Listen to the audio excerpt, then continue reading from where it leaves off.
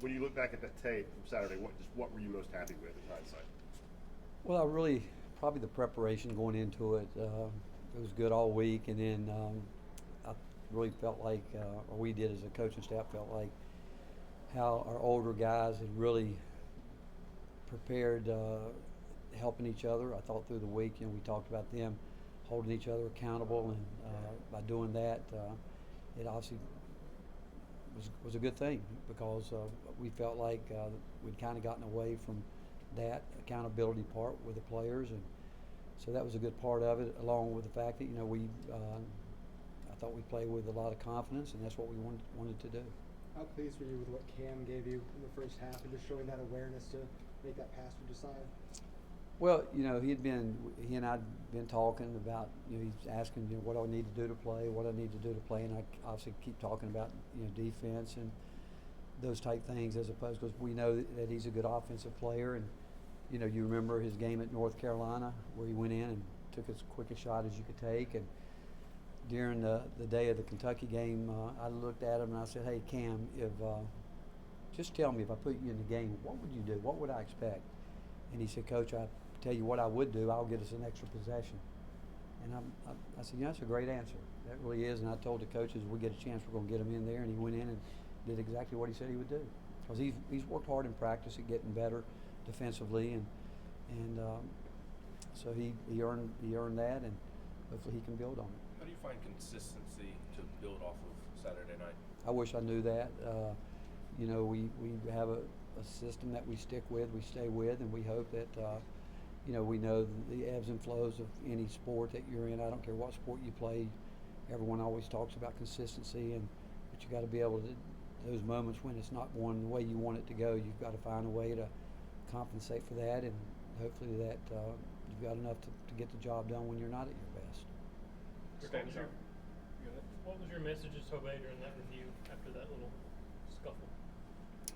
Well, I've told Tobey many times, I said, you don't have any idea.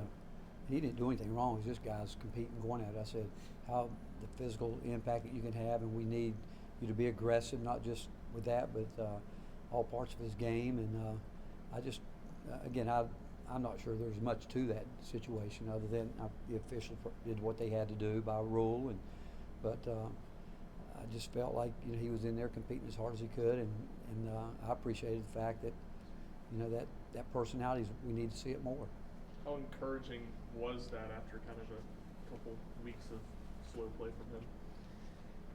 I mean, we have great expectations for Tobey, and I tell everyone that he's still young to the game and he's got such a bright future, but he cares a lot, and when you have players that that really have a deep care for themselves and their teammates, it obviously makes you feel good, because you know how much he cares and how much he doesn't want to disappoint. He wants to do what's right for himself, but also, and most importantly, he wants to make sure he's doing his job for his teammates.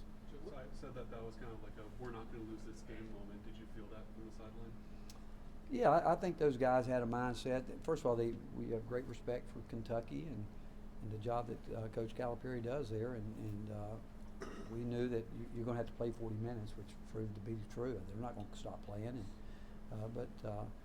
I just from the beginning I thought we had a really good mindset. Coach, you have a pretty high standard for point guards.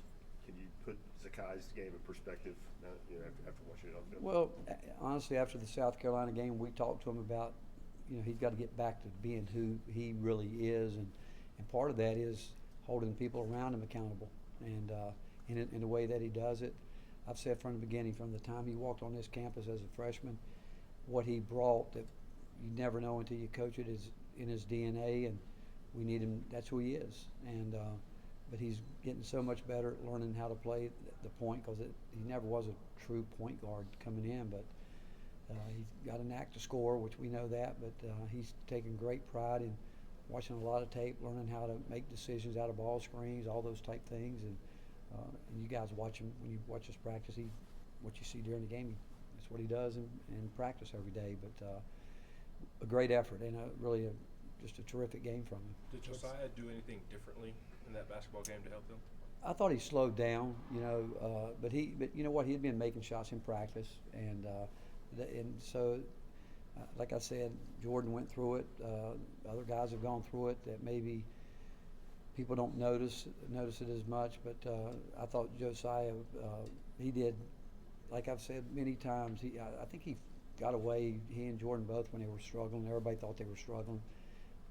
You don't have to make a shot to impact a game, and he had great rhythm in his shots. His first one that he shot was just his kind of rhythm that he needs to shoot with, but he did so much more than make threes for us. I mean, he was the one guy that was doing a great job getting to the glass for us and really trying to rebound against a really good offense, a good rebounding team. Period.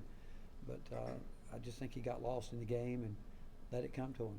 What stands out about LSU and why are they having better results than they had a year ago? Well, Coach McMahon's done a good job. I mean, you know, he's been successful everywhere he's been, and able to build his roster.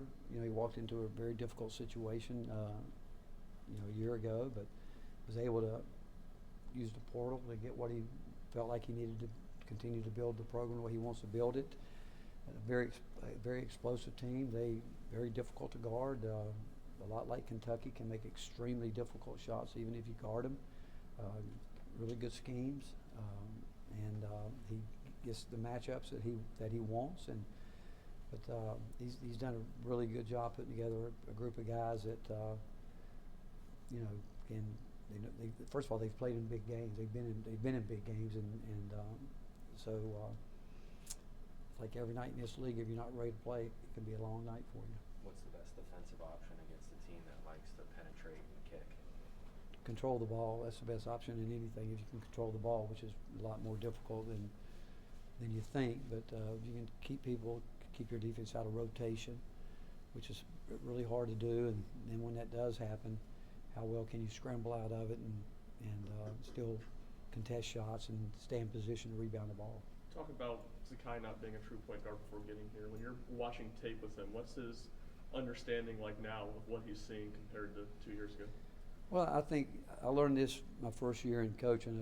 A coach by the name of Marv Kessler said to me one day, most people can only see the ball and a person in front of it. If you want to be a good coach, you better learn to see all 10 of them.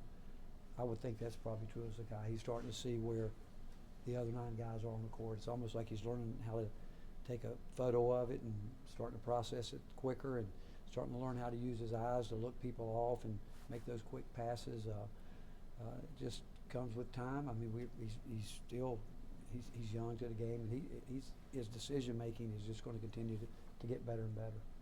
When you ask Zakai to change his demeanor, what is the conversation like? How does he respond? He said, "I know." He told me, he said, "I know."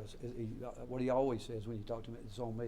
It's my fault. He never shies away from, if he thinks he doesn't do something the way it should be done, he's one of the first guys that's able to say, "Hey, that's on me.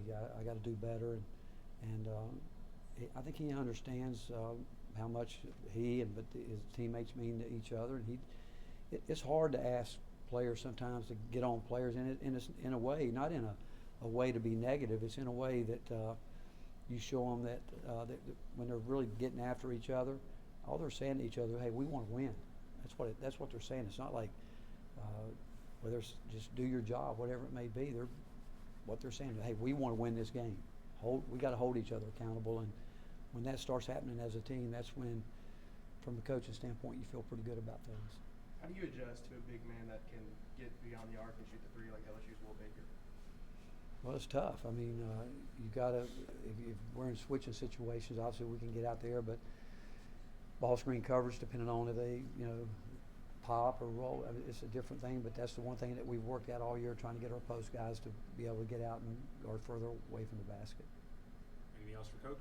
Who else on the team have you asked to change demeanor at all, if anybody other than? I hadn't asked anybody to change their demeanor. I've talked to them about doing what we know they're capable of. I want these guys to be who they are, and we've got some competitive guys. But the point is holding each other accountable.